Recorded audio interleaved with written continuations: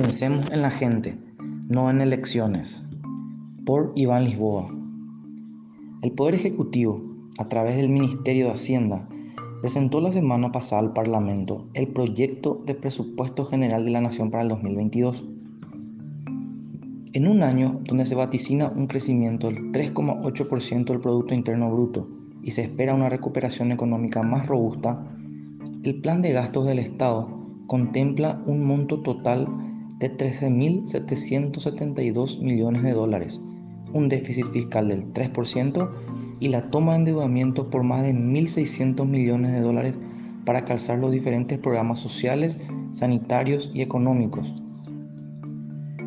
Los ingresos tributarios crecerán en torno al 8,2% y llegarían a los 3.931 millones de dólares el año próximo, de acuerdo con las proyecciones incluidas en el proyecto.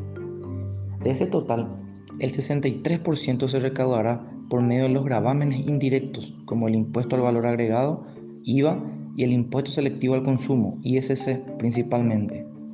Esto da a entender que el consumo seguirá creciendo hacia los niveles prepandémicos, en beneficio principalmente del sector comercial.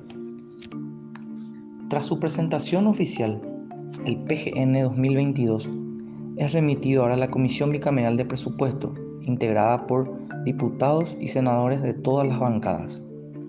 Esta instancia del Parlamento tiene 2 meses para recibir en audiencia a todas las instituciones públicas, quienes deben defender sus respectivos presupuestos.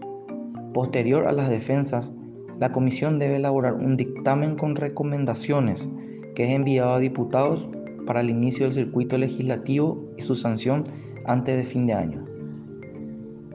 Como es bien sabido, venimos de un 2019 y 2020 difíciles para las finanzas públicas, por efecto del clima y la pandemia, respectivamente. Esto hizo que la toma de deuda se disparara en más de 4.000 millones de dólares, lo que impactó además en déficits fiscales que llegaron al 2,9% en 2019 y al 6,1% en 2020. Este 2021 se esperaba que sea un año de sólida recuperación, pero se vino fuertemente la segunda ola de la pandemia y el espacio fiscal seguirá hasta fin de año bastante apretado. Las proyecciones de cierre fiscal hablan de que el déficit llegaría a niveles del 4% del Producto Interno Bruto y los gastos registrarán un nuevo crecimiento por el sostenimiento del sistema sanitario y la implementación de la Ley de Consolidación. Además, los ingresos provenientes de las binacionales caerán por la menor producción, la presión tributaria alcanzaría recién los resultados del 2019 y la inversión se desacelerará para contener el saldo rojo del fisco. Teniendo en cuenta todo este contexto, el PGN 2022 se elaboró casi en los mismos niveles del gasto que el PGN en vigencia, ya con las ampliaciones. En cuanto al monto global, el PGN 2022 presenta un aumento del 1,3%, incluyendo un incremento en el gasto salarial de poco más del 5%.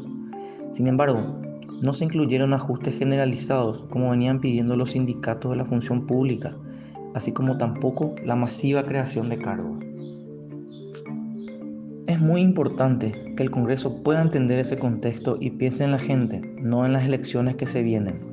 Aumentar el gasto salarial o la rigidez presupuestaria solo para quedar bien con un sector sería una decisión poco feliz, porque eso implica que se deberán recortar otros programas fundamentales para financiar estas decisiones, o en el peor de los casos, implicará recortar gastos sociales o inversión en infraestructura, en un país de tremenda pobreza y de una brecha bastante amplia en caminos, rutas, servicios básicos y salud pública.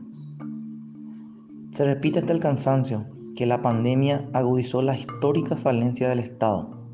Una de ellas es la gestión del legislativo.